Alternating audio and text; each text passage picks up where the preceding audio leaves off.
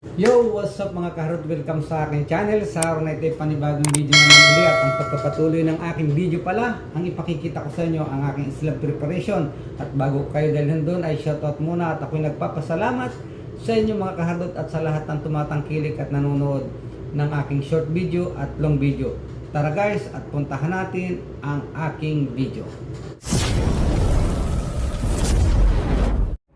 Guys, here we go at yun nga at makikita ninyo nakapaglatag na kami ng first layer ng ating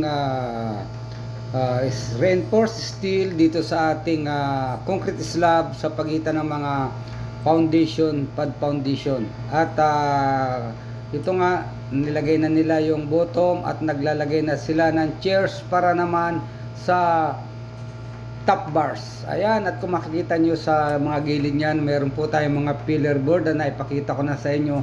Ayan po ang ating level ng ating konkreto, yung ibabaw ng pillar board na yan.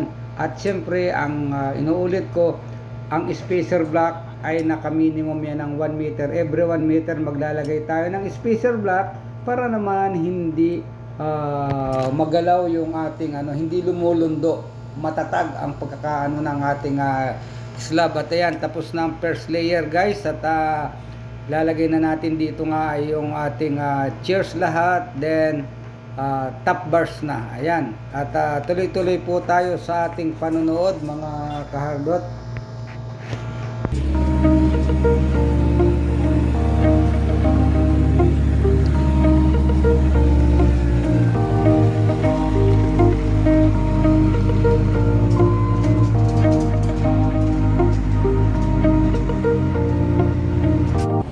At nang maitali nga natin ang mga chairs, ang spacer bar, ayan ang mga chairs ay inilagay na po natin ang bottom bars, top bars, bottom top bars po yan, dahil mayroon pa pong top bars. Ayan, ayan po ang bottom of top bars. Ayan, nilalagay po nila. Ang inuuna syempre yung nasa ibabaw ng chairs para itatali lang nila yan, then ilalagay yung top bars, naka-layout din. Mas maganda, papantayan na lang lagi yung ilalim. Yan pong ilalim na bottom bars, yan na lang po ang papantayan yan. Dahil itatapat lang dyan, hindi mo na kailangan pang mag-layout. Dire-diretso na po yan. Ang top bars of top bars and bottom bars of top bars. Ipapantay na lang po yan sa bottom bars. Ayan po. At ating pong panoodin ang kanilang paglalagay.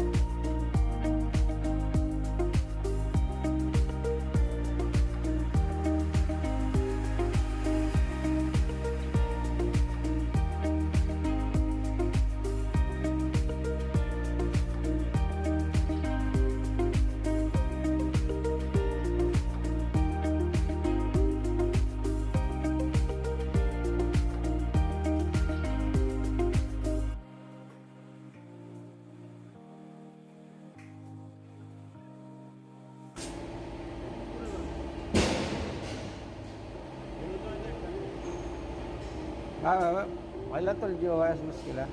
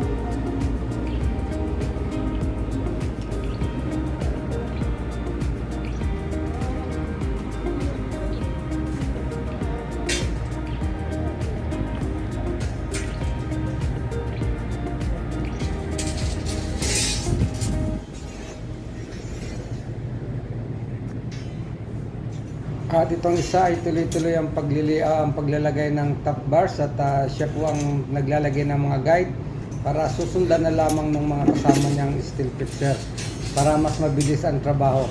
Yung mga kailangan na importante inilalagay na niya. Siya ang nag-uumpisa para sundan at para mapadali ang kanilang pagtatrabaho. Yan po ang style ng pagkakabit ng bakal. A few moments later. At yun nga guys, andito tayo sa ating area na kung saan ginagawa natin ang slab, ang pagbabakal. At ayan guys, kung makikita nyo, nakatapos na yung side na ito. Ayan, nalinis na rin. Ayan guys, at tingnan nyo guys, oh. Ayan, ready na, malinis na yan. At hintay na lang yan ang pagbubuhos. Ayan guys, oh. Tingnan nyo ang top at ang bottom, naka-level yan. Top and bottom, naka-level. Halos pantayan. Ayan, at dito meron tayong manhole dito. Magkakaroon tayo ng upstand dyan. Ayan, loob lang ang ating ititira dyan. Ayan, at dito naman sa side na ito ay matatapos na rin. Ayan, okay na yan. At ang thickness po natin dito ay 25 cm. Naka-slope po tayo dahil walang tatakbuhan ng tubig doon. Yan guys, at kung makikita nyo sila ay tuloy pa rin sa paggagawa.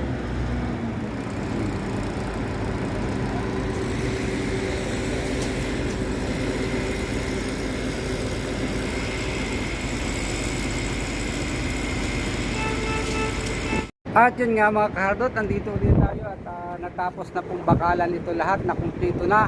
Ang lahat ay na-check na natin, ng elevation, at naka-ready na ito para sa buhos ngayon. Ayan po, at kung makikita nyo sa likuran ko, ready na po yan, malinis na yan.